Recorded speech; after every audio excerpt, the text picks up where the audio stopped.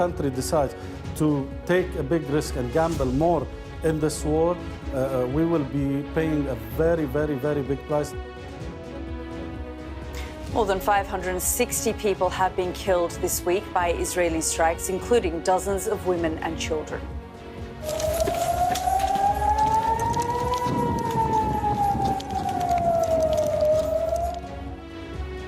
More Hezbollah rockets fired across the border as Israel's Prime Minister issues this warning to the Lebanese people. Get out of harm's way. I urge you, take this warning seriously. Don't let Hezbollah endanger your lives and the lives of your loved ones. Don't let Hezbollah endanger Lebanon.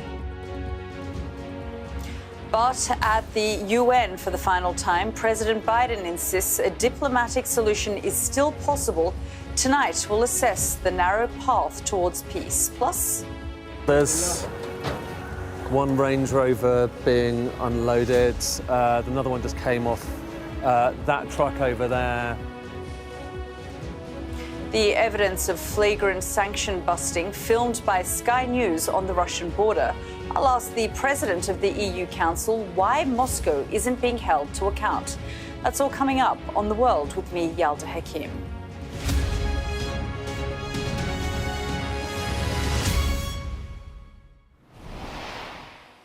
Good evening, I'm Yalda Hakim and welcome to this special edition of The World live from Beirut. We've heard several conflicting messages being telegraphed across the region today. We had defiance from Israeli Prime Minister Benjamin Netanyahu, who spoke directly to the people of Lebanon and warned their homes would be targeted if they were used to conceal Hezbollah weapons. We heard hope from US President Joe Biden in his last address to the United Nations General Assembly. He was keen to emphasize that diplomacy is still an option, and fear from this country's economy minister and many people who live here. Amin Salam told me that Lebanon was in the eye of the storm and that his people will pay a big price if the war escalates. And things are certainly escalating here. Israeli jets struck 1,600 targets overnight. NASA data on fires in the region shows the scale of the airstrikes, which Israel says targeted missile launches and weapons storage facilities. Israel has again urged people in the Bekaa Valley to leave the region. And in the south, tens of thousands more people have fled, with traffic jams along major roads towards the north. In a moment, we will bring you a report from northern Israel from our Middle East correspondent Alistair Bunkle. But first, our special correspondent Alex Crawford reports on a country and a region on the edge. Another bloody day in Lebanon. The Israeli airstrikes just keep on coming. 2 more strikes in Lebanon's capital, the 3rd time in 5 days that Beirut's been hit.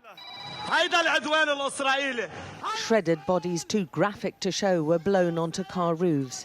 The Israeli forces said they targeted the head of Hezbollah's missiles and rockets unit, Mohammed Kabisi, and other commanders, although this wasn't immediately confirmed by the militants. This area is the heartland of Hezbollah in the capital, but it's a crowded population hub too. South of the country got pounded again. They've been non-stop. Oh, there's another one. We witnessed the airstrikes throughout the day. It's been relentless. The Israeli force promised to accelerate their offensive, and they're holding good on that vow. The constant bombardment means the mass movement of people has been going on for more than 30 hours now. The desperate rush to get out of the line of fire means the humanitarian crisis here is growing and growing. My family have no money. We've got nothing, Fatima told us. How are we going to survive? We've lost everything. Like many here, her home was bombed and people have been scrambling to get basic supplies. The emergency workers are overwhelmed, struggling to cope with scarce resources and a sudden spike in the numbers who've been forced out of their homes, on top of those who fled over the past year of cross-border exchanges. Half of the IDPs people, they stepped in the garden, on the beach, without any tent, any cover, any blanket, in the streets and in their cars. For that's it, it's a disaster. And you see, and when you see the eyes of the babies and the woman, it's really. The Israeli forces hit east of the country too, the Bekaa Valley. They say they're targeting Hezbollah weapons stores and fighters hiding in residential areas. But amongst the dead in the Bekaa Valley was a young mother who worked for UNHCR. She and her young son were killed when an airstrike hit their home. Her husband and second child survived but are critical. The refugee agency said it was outraged and saddened at the killing. The emergency centres are full of families. This man told us his was the only home in his village left standing and insisted his area was not involved in the fighting. That's not true. Not a single target was on a military position. They're only hitting civilians. We don't have military operations in our village. It's been a terrifying few days for Lebanon and one of the nation's worst weeks in nearly a year, with a titanic wave of people moving out of the south and still moving. We were among the huge displacement and saw the constant airstrikes either side of the main coastal highway as people tried to flee. The astonishing huge movement of the Lebanese population from the south comes on the back of nearly a year of Israel saying it wants to create a buffer zone so Hezbollah cannot fire into its northern communities. Hezbollah's linked its attacks on Israel since last October to a Gaza ceasefire, and with the Israeli forces vowing to increase their onslaught on the militants, Lebanon looks set for a very rough period ahead. Alex Crawford, Sky News, entire southern Lebanon. And we'll be speaking to Alex a little later in the programme, who'll be joining us from southern Lebanon. You can see there the desperation of thousands of people trying to flee the area where the bombardment is the heaviest. And Lebanon's economy minister told me today that his country will pay a very big price if Hezbollah decides to gamble in its latest escalation against Israel. Amin Salam told me a war will take Lebanon to a very difficult place. I began by asking for his assessment of the current situation. Have a listen. Minister, thank you so much for your time. It's been a devastating 24 hours in Lebanon. The death toll continues to rise. I just want to get your assessment on the current situation in the country. Indeed, it has been a very, very, very difficult 24 hours. It's been a difficult week on Lebanon. Last week, or 4 or 5 days ago, we started with the pagers. We had thousands of people in hospitals. We had thousands of victims. We had thousands of people, moving from different parts of Lebanon into the city, into Mount Lebanon and different areas. So we are really living a true war. We've been talking about potentially an escalation. I think we are in the eye of the storm today.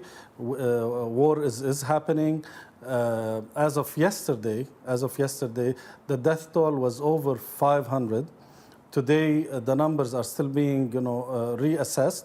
I think if we continue on that escalation, if we continue on that negative, escalation in the south and the Bekaa, we will be looking at numbers beyond the hundreds in the next 48 hours. That's why our Prime Minister today canceled the cabinet meeting and decided to travel to New York with hopes that we can still get to a ceasefire and kind of cut this cycle of retaliation on both fronts that's happening. I mean, in 2006, a 30-day war resulted in 1,000 people dead. Are you saying now, in the space of 24, 36 hours, 48 hours, we could move beyond that point? It is an unprecedented, escalation, very aggressive escalation towards Lebanon. So we can see that the message from the Israeli side is very, very serious and is very aggressive towards Lebanon and the people of Lebanon. But the Israelis have been here before. Yeah, they have been in Beirut. They invaded Lebanon in 1982. They say they have no interest in doing that. They just want the rockets to stop. Honestly, if you want my own opinion, since I was someone that was born in the middle of that war, 45 years has passed, and I've kept hearing that there is no interest, but I've always seen contrary to that, the behavior of Israel over the past half century. As I said, probably the Palestinian-Israeli struggle is 75 years old. I'm 45 years old. For the past 45 years old, I have not seen one intention of letting Lebanon live in peace and letting Lebanon be, prosperous and be a competitor in this part of the Middle East. Is there room, Minister, now for de-escalation? I think there is room, and I think everybody should be wise and clever. And I'm talking about all the political parties for the next 48 hours probably, because we see things moving so fast. It's very serious to take a very patriotic decision by all political parties in Lebanon, including Hezbollah, including the government, and we hope that the Prime Minister will have good meetings in New York. There needs to be a decision whether we want to drag Lebanon into further escalation and misery, or we want to make a wise decision, and I would call it now, crisis management, to make control of the least damage we can get from what happened and try to fix things. Because it is very clear, if we decide, or if Hezbollah decides, or the whole country decides to take a big risk and gamble more in this war, we will be paying a very, very, very big price that will take Lebanon to a very difficult place, and it will take many, many years to get back from that place. Does your government have any control over Hezbollah? Because the Israelis are saying they continue to fire rockets. You're saying all parties need to be wise. Is Hezbollah also willing to stop? There has been a lot of positive reactions from Hezbollah the past year. But again, I would say after the escalation that happened this week, which was a big, massive surprise, a global surprise for everyone that had certain bets on the war between Lebanon and Israel, it changed the whole dynamic.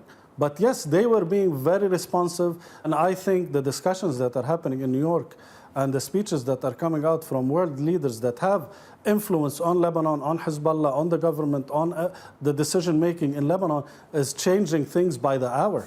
And our Prime Minister was not going to the UN due to the situation, and today he is going. So something is changing, something needs to change, because we cannot definitely continue with this war. When you say it's changing by the hour, in a positive direction or a negative direction? I think in a positive direction to avoid an escalation and have a whole regional war, because everybody was fearful that an escalation with Hezbollah or in Gaza would lead to a more regional war, because it will require an intervention from Iran. But Iran today sent a message that it was very clear that by no means I want a war. By no means I want an escalation.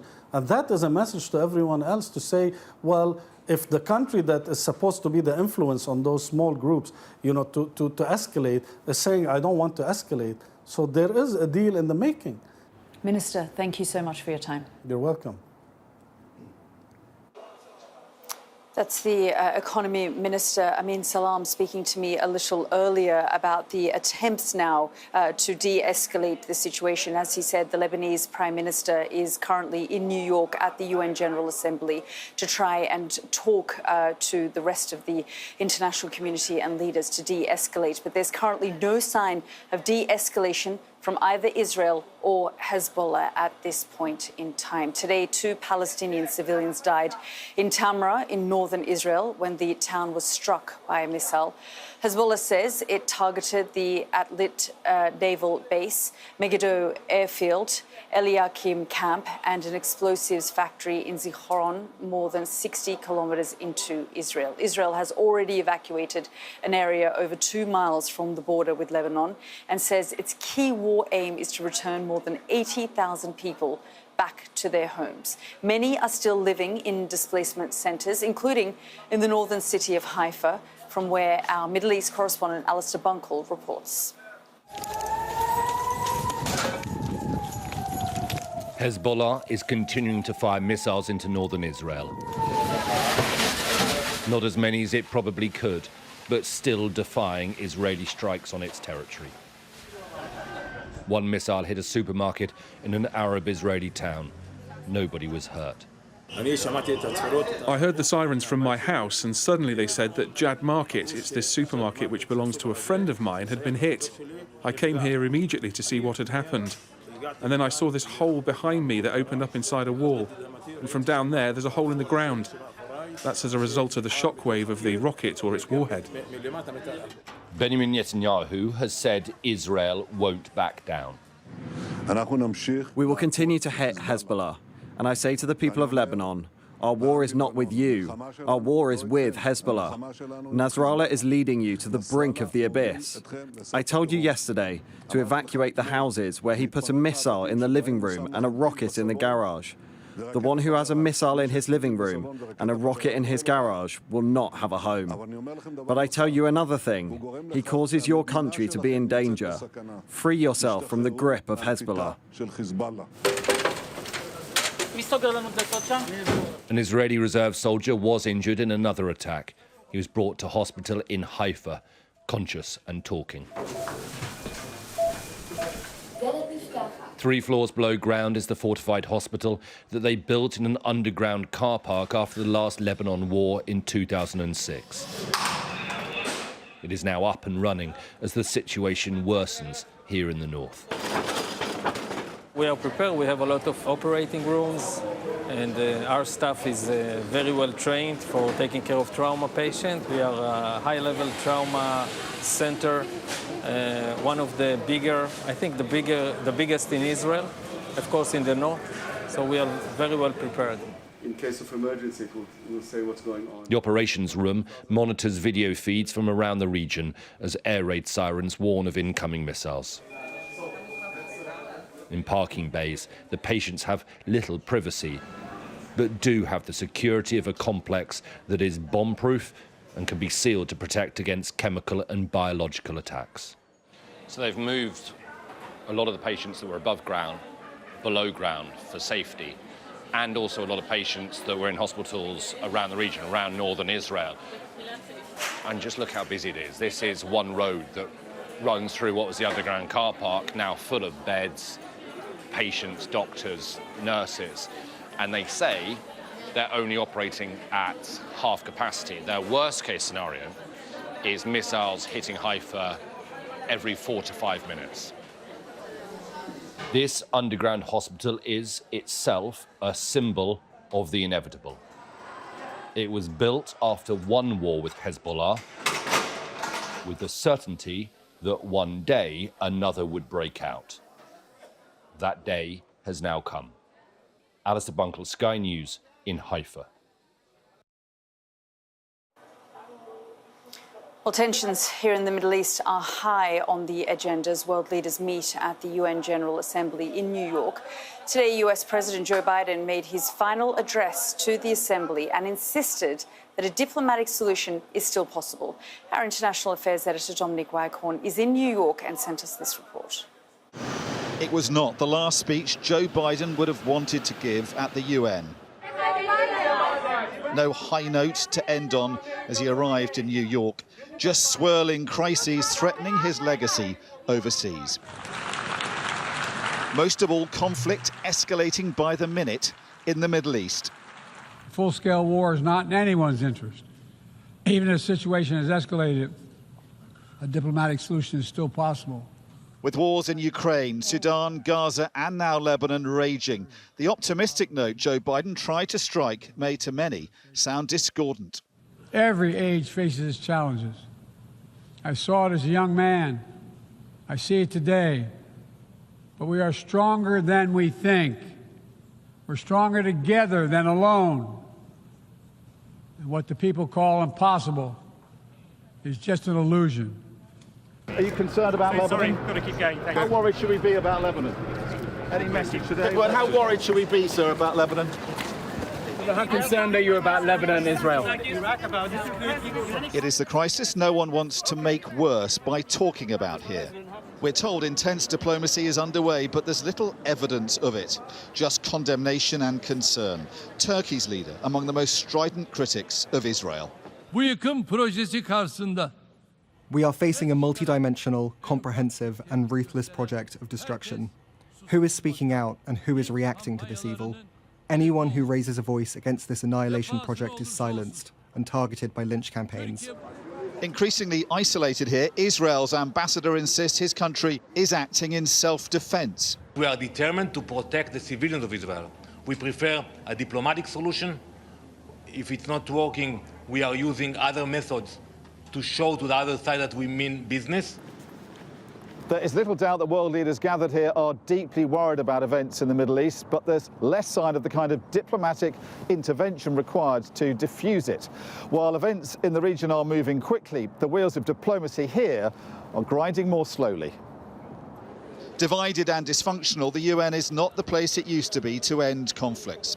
The fear is events in the region are moving far quicker than efforts to contain them. Dominic Waghorn, Sky News, New York. We've got lots more coming up. Do stay with me as after the break we'll be hearing from two leaders at the UN General Assembly. The Secretary-General of NATO and the President of the European Council about how to end the conflicts in the Middle East and Ukraine.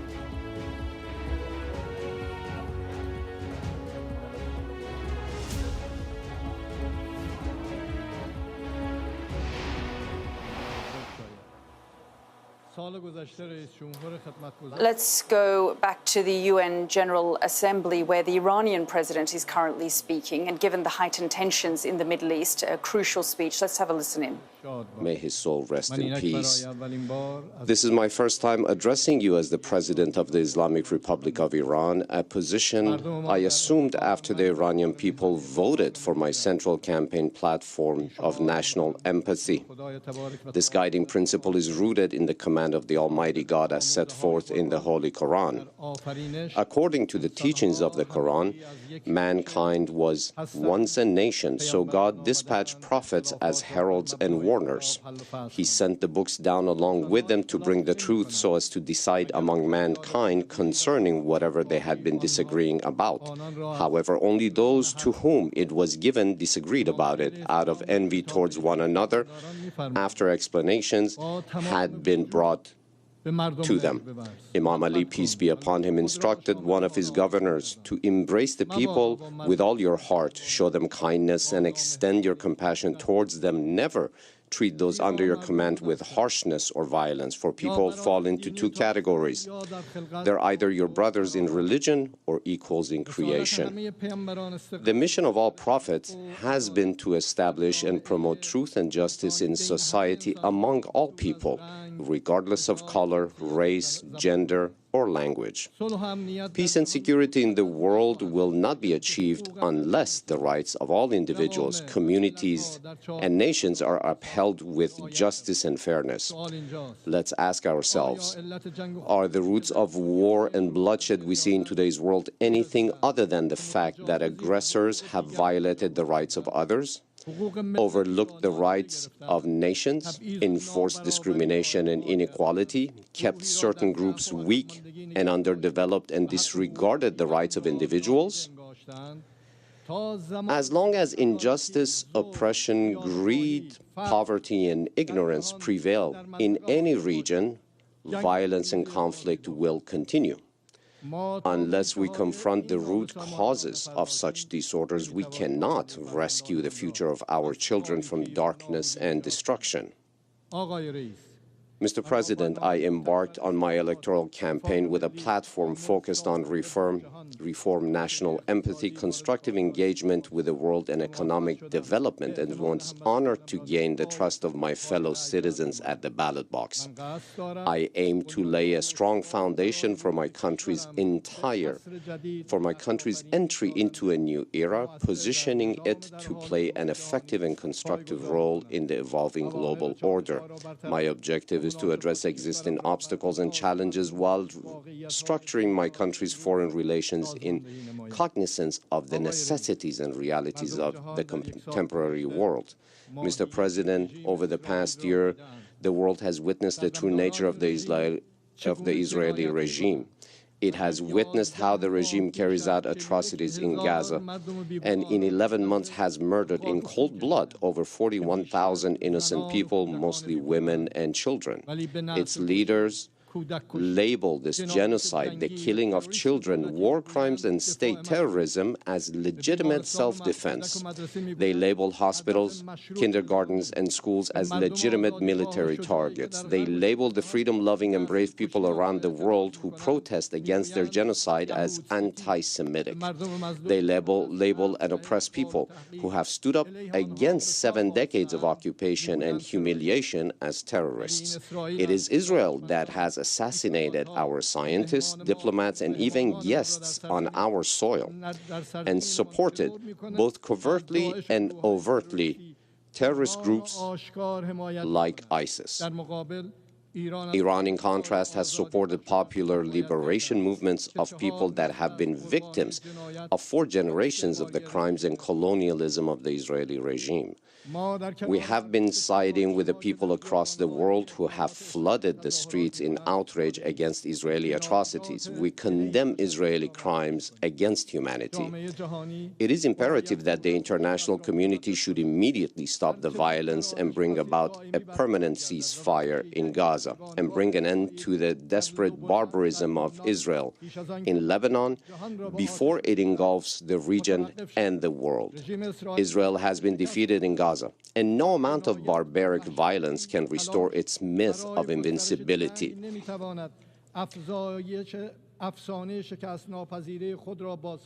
Naturally, blind Israeli state terrorism over the past few days in Lebanon, followed by a massive aggression with thousands of victims, cannot go unanswered. The responsibility for all consequences will be borne by those governments who have thwarted all global efforts to end this horrific catastrophe and have the audacity to call themselves champions of human rights. The only path to end this 70-year-old nightmare in West Asia and the world is to restore the right of all Palestinians to self-determination. We propose that all people of Palestine, both those who live in their motherland as well as those who have been forced into its diaspora, determine their future in a referendum. We are confident that through this mechanism we can achieve a lasting peace with Muslims, Christians, and Jews living alongside one another in one land in tranquility and peace and away from racism and apartheid. Excellencies, examine the contemporary history of the region. Iran has never initiated a war. It has only defended itself heroically against external aggression, causing the aggressors to regret their actions. Iran has never occupied the territory of any nation. It has not sought the resources of any country. It has repeatedly offered various proposals to its neighbors and international fora aimed at establishing lasting peace and stability. We have emphasized the importance of unity in the region and establishing a strong region. A strong region rests on several fundamental principles. First, we must recognize that we are neighbors, and because of this bond, we will always remain together. The presence of foreign powers in our region is temporary and leads to instability. Our development and progress are interconnected, and outsourcing security to extra-regional powers will not benefit any of us. Second, the new regional order must be inclusive and beneficial for all neighbors. An order that fails to safeguard the interests of each neighboring country cannot be sustained. Third, neighboring and brotherly countries should not waste their valuable resources on attritional rivalries and arms races. Our region suffers from war, sectarian tensions, terrorism and extremism, drug trafficking, water scarcity, refugee crises, environmental degradation, and foreign interventions. We can collectively address these common challenges for a better future for coming generations.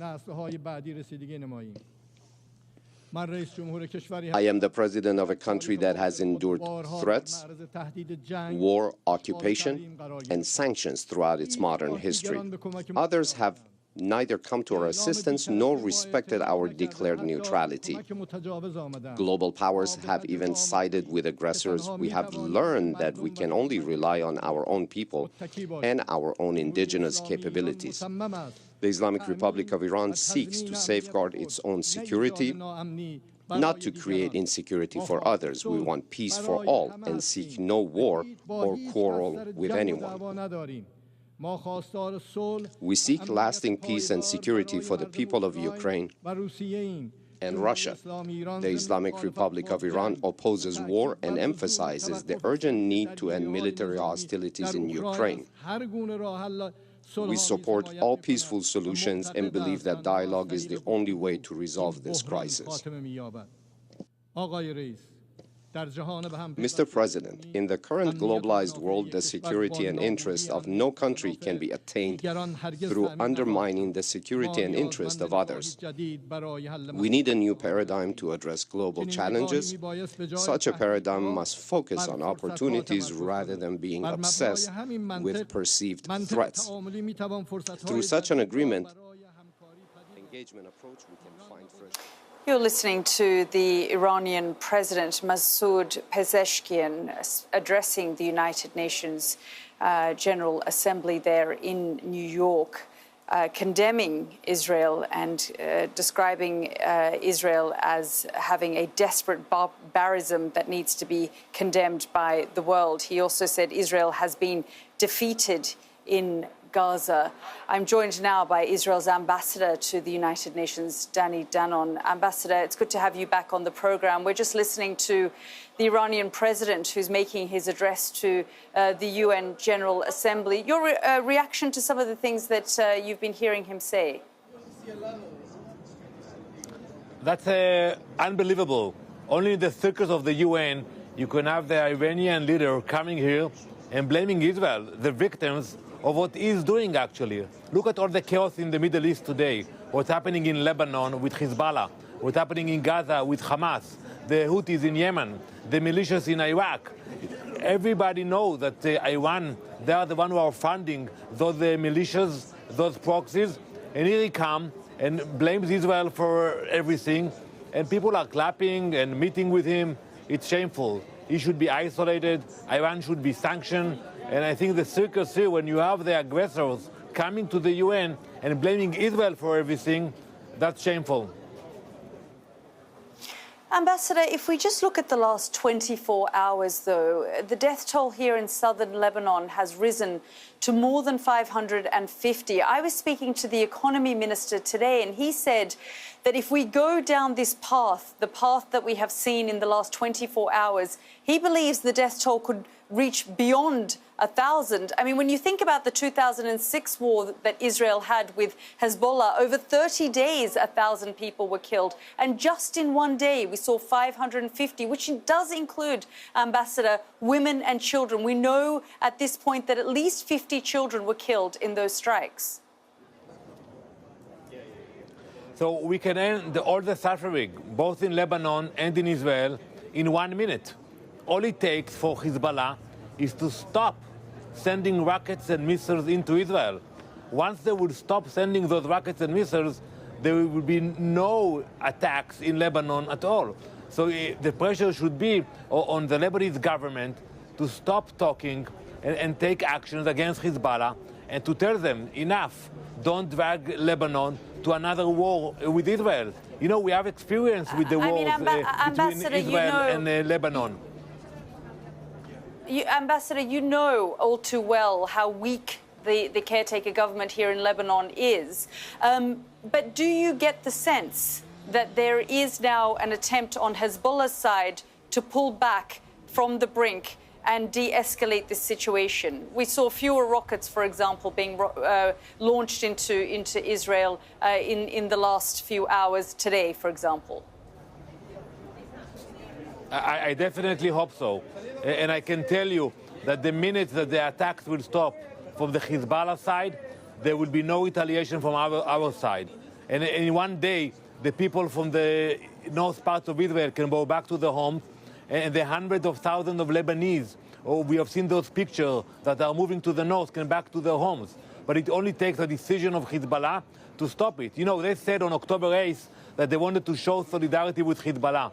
And for 11 months, they did it. Okay, you know what? We got the message. Everybody saw that Nasrallah and Hezbollah showed solidarity. But what now? They want to drag Israel and Lebanon into another war. And you described, you know, the suffering. And I believe you. On both sides, you have casualties and civilian casualties. In order to stop it now, the pressure should be on Hezbollah to cease the fire. And I'm telling you that we will cease the fire immediately. So there is room, Ambassador, for de-escalation at this point, because we are hearing language from the Israeli side, which is saying we won't stop until we move all our citizens back up north. Correct. You know, I think it's legitimate. There is no reason for the residents of the northern part of Israel to be refugees in their own country. So I think it's a legitimate goal of the Israeli government. And I think that Hezbollah, you know, they should look at what happened in southern Lebanon and ask themselves what they are gaining out of that. And we know, let's be very honest, you know, we know that Iran is behind everything. We know that the decisions are not being made in Beirut, unfortunately. I'm sure we would be able to negotiate with Lebanese leader very fast an agreement. The decisions are being taken in Tehran. And I think that's why it's important that here the leaders of Tehran and Iran will hear it from their colleagues that they should stop with the aggression. They should stop using the Lebanese people as proxies in order to attack Israel. Ambassador, the Iranians are also saying that this is just Israel, you know, being the aggressor to lure them into a wider war. How do you respond to that? That's absolutely not true. You know, it was unprovoked attack on October 7th by Hamas. It was unprovoked attack on October 8th by Hezbollah. And I'm saying it very clearly. We will stop all activities once Hezbollah will implement Resolution 1701 and will not be on our fence. So we have no intention, we don't desire a war. And you know, I would say more than that. We have no conflict with the Lebanese people. You know, we have no conflict over territory. We have no conflict over the resources. And actually, we signed an agreement a few years ago about the natural gas that we can enjoy together. But we know that with Hezbollah and Iran, they want to dominate the region. They want to take control over Lebanon, over Syria, and that's why they are sowing chaos in the region. Ambassador Danon, thank you very much for joining us here on the program. Thank you very much. So we're just hearing from the situation at the UN General Assembly, and the big question is, can diplomacy really pull this region back from the brink? I've been speaking to the outgoing Secretary General of NATO, Jens Stoltenberg. Just have a listen. We are deeply concerned, and we follow the situation very closely. And of course, it's heartbreaking to see the human suffering. At the same time, I think it's important to realize that NATO is the answer to many problems in the world, but NATO is not the answer to every problem. And NATO as an organization is not playing an active role in the Middle East conflict. But of course, we welcome and support the efforts of NATO allies, the United States, United Kingdom and others to try to de-escalate and find a peaceful way forward. Secretary General, Ukraine has largely united the West, and frankly, the Middle East has divided the West. I guess the question to NATO is, what military lessons have you learned from the situation here in the Middle East? So our military plans are, of course, always studying every military conflict of any significance in the world, also, of course, in the Middle East. But it's too early for me to draw any conclusions on the military lessons learned.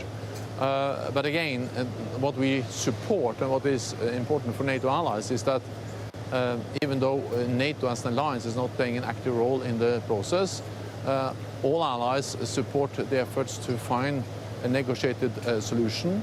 Allies support a two-state solution, ceasefire and the release of hostages in Gaza. And are concerned about the escalation in the region, including in Lebanon.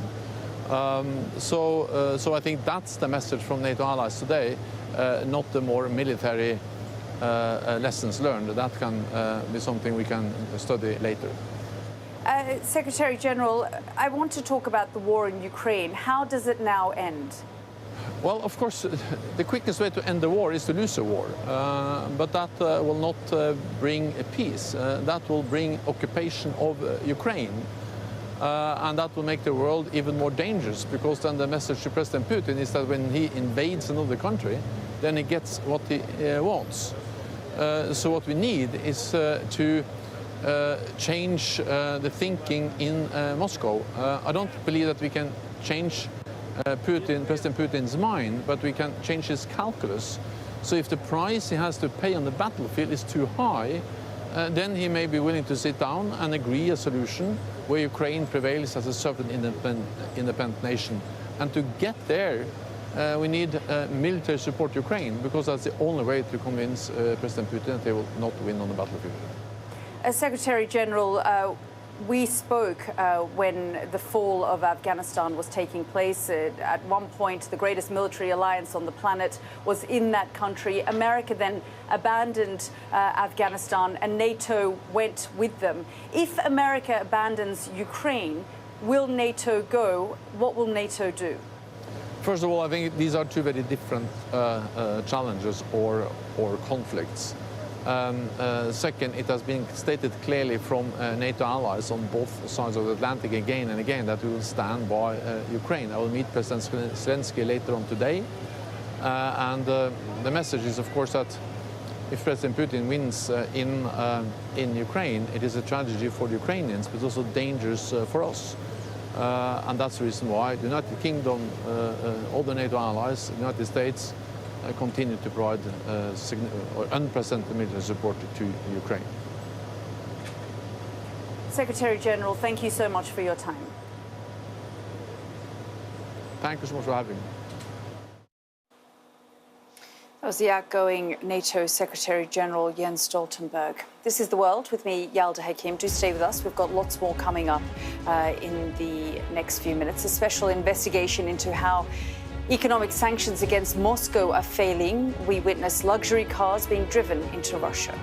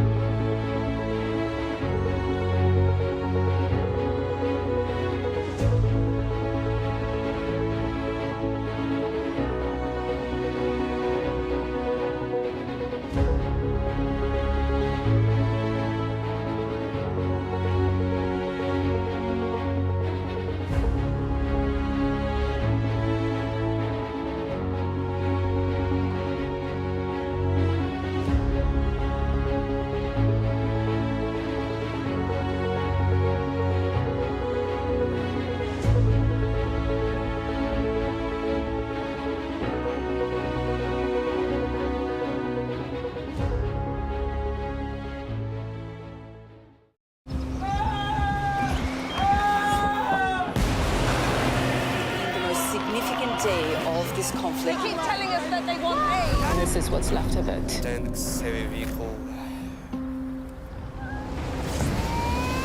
Why only in America? People want their country to work. They want a job in a normal life. Why are these homes empty? I want you to be honest with people. That has happened within minutes. Sky News, the full story first. Free wherever you get your news. Welcome back. I'm Yalda Hakim, and you're watching The World live here from Beirut. We've been focusing on the conflict here in the Middle East, but there is another war being fought in Europe. Back in 2022, the UK was among the world's biggest economies to introduce sanctions designed to hurt Moscow after the invasion of Ukraine. But a Sky News investigation has revealed that luxury British cars and drone equipment are still making their way into Russia via neighbouring countries. Our economics and data editor Ed Conway travelled to Georgia to find out how. The Caucasus mountain range in Georgia. These peaks, higher than any in the Alps, are the historic borderlands between Europe and Asia. This is the only road link into Russia, a long, winding route from the Georgian capital through the mountains to the frontier. And I've come here in search of an answer, the missing part of a puzzle I've been trying to solve for months.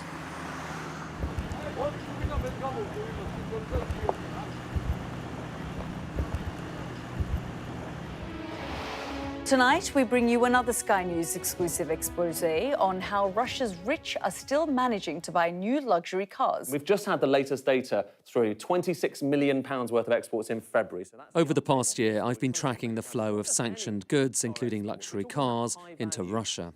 But just look at what's happened over the same period with car exports to Azerbaijan. They have gone up at an unprecedented rate. The figures say these goods are going to Caucasus states like Azerbaijan and Georgia instead. But we know they're still ending up in Moscow showrooms. So how? After months of research, we got a lead. Now, if you listen to the car lobby group in the UK, you might have assumed that the cars, once they get to the Caucasus, they basically stay there. That's what the data is suggesting. But we've had a tip-off that they are getting across into Russia, but in a way that means they don't show up in those official export statistics. We've had photos and videos sent to us from the border showing UK, German, Japanese cars there waiting to cross over. That's why I've come to Georgia, to the Lars checkpoint, to see what really happens when the data trail ends, and to see those Range Rovers for myself. It's an extraordinary sight, truck after truck lined up to get over the border. We don't know what's inside them, but there's no hiding the luxury vehicles which have also been brought here. In a dusty car park behind an empty cafe and a small store, there are cars with a combined value of millions of pounds, all of them sanctioned, all of them waiting 100 yards from the border. This is the Mercedes Maybach GLS, starting price £177,000. But no one bats an eyelid or stops us as we film the vehicles. Okay, and then to here. After a while, we find a driver who explains some of the process. These are private orders. We transport from the ports of Batumi and Poti. Our responsibility is mainly to ensure the safe delivery of the cars. New and old? Is it new and second-hand cars? We transport all kinds, depending on the client, what the dealer sends and what the owner receives. So who drives them over the border? Is it the owners or is it another business? We're not fully involved in every detail of the process. Mostly it's the owner. If the owner is not Georgian, they take care of the documentation and handle the transportation as usual. A few hundred yards up the road, another informal car park, and row upon row of brand new high-end vehicles, some of them still with their factory wrappings on, most without registration plates, and a fair few Georgians and Russians hanging around. Unlike Ilya, who we met earlier, these men are mostly taking the cars on the next leg. They don't really want to talk to us on camera, but they were saying that essentially it's their job to take the cars from here across the border, and then they leave them there, and then someone picks them up. So someone within Russia then picks them up and takes them to wherever it might be. And here's the key bit. Because the cars are mostly being taken into Russia by individual drivers, they don't show up in the customs data. They just put transit plates on the outside and, as with these two BMWs, they drive them over, alongside the trucks, across the border. Many Russian brokers have relocated to Georgia to run this flourishing trade. Online, they provide detailed explanations of how it's done. Спрашивают, в каком направлении вы будете вести автомобиль. Так вот, очень важный момент, что вы гражданин. This YouTuber says, when you're asked where you're taking the car, here's the important thing. You need to say you're a Russian citizen taking the car to Kyrgyzstan. But let's be honest, everyone knows it's really going to Russia. Finally, the routes for these sanctioned goods is becoming clear. They leave Europe and head for the Caucasus, sometimes Azerbaijan, sometimes Georgia. Once there, they're sometimes moved into Armenia, where they get a fresh registration and customs clearance. Then they're transported north through Georgia and over the Russian border, usually one car at a time. That way, they show up in Russia, but they don't show up in the customs data. But while we saw that process happening for plenty of German cars at the border, we didn't spot any British vehicles. I've come back to check on those Range Rovers, and as you can probably see, they're not here anymore, which leaves one to presume they too have crossed the border into Russia. So, after a couple of days, we left and headed south. Until something unexpected happened. He's stopping. Guys, he's stopping. So we were on our way back from the border towards Tbilisi, the capital. And then, lo and behold, what did we run into but another car carrier carrying what looks like a brand new Range Rover.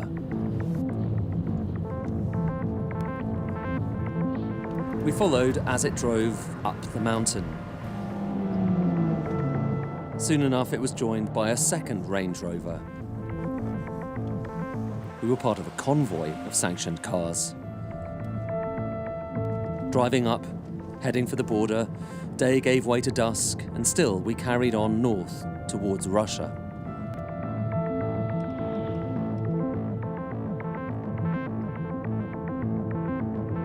We arrived, back where we'd started, as night fell.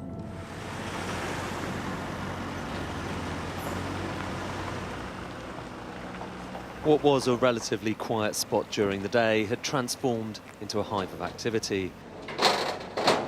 And the British cars weren't the only ones freshly delivered. Feels like it's kind of peak time now. There's one Range Rover being unloaded. Another one just came off that truck over there. There's a Lamborghini over there. So all of these cars arriving. We've spoken to one of the drivers, doesn't really want to talk on camera. He says he's just delivering these cars right now. And for the most part, they just stay here until potentially tomorrow, potentially a few days later. That's when they go across the border. The following morning, the car park had fallen quiet once again, but the cars were still there, waiting for the next leg of their journey. So check the VIN numbers, the fingerprints essentially on this car and the other Range Rover brought here overnight, and they both say the same thing. Made in Solihull in 2024, this year. In other words, 2 years after sanctions were imposed on Russia that were supposed to prevent these cars going in, here they are. And this is just one of a number of different routes taking items like this and indeed weaponry and equipment into Russia. It's happening in plain sight. Jaguar Land Rover told Sky News these cars were originally sold into a different country which doesn't share a border with Russia. It said JLR stopped sales of vehicles to Russia and Belarus in February 2022. It continues to adapt its compliance strategies to counter the efforts of third parties seeking to circumvent sanctions against Russia and Belarus. When Russia invaded Ukraine, G7 ministers insisted they'd fight Vladimir Putin with economic weapons. That meant stopping flows of certain goods into Russia, but the goods are still flowing. From weapons parts carried in on trucks to luxury cars for those bolstering the regime. Here in the borderlands of Europe, everyone knows what's going on. even if it's not there in the data. You've just seen it with your own eyes. What was proclaimed as the toughest sanctions regime in history is anything but. And Ed Conway has been following the violation of these sanctions throughout the year, as he said in his report, one of the conflicts being discussed at the UN General Assembly. And of course, the war here in the Middle East, the growing, escalating situation here is top of the agenda this week at the UN General Assembly and is being discussed as we speak. But as we speak as well, more than 550 people that we know of have died in the south of the country. And we are monitoring all the developments. We will continue to monitor all of the developments over the coming days and for the rest of the week. But from me and the team here in Beirut, good night.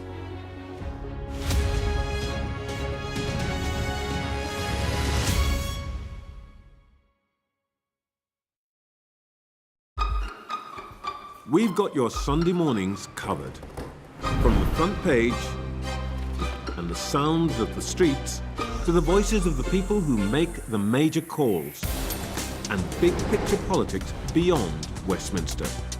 We'll put you at the heart of our story.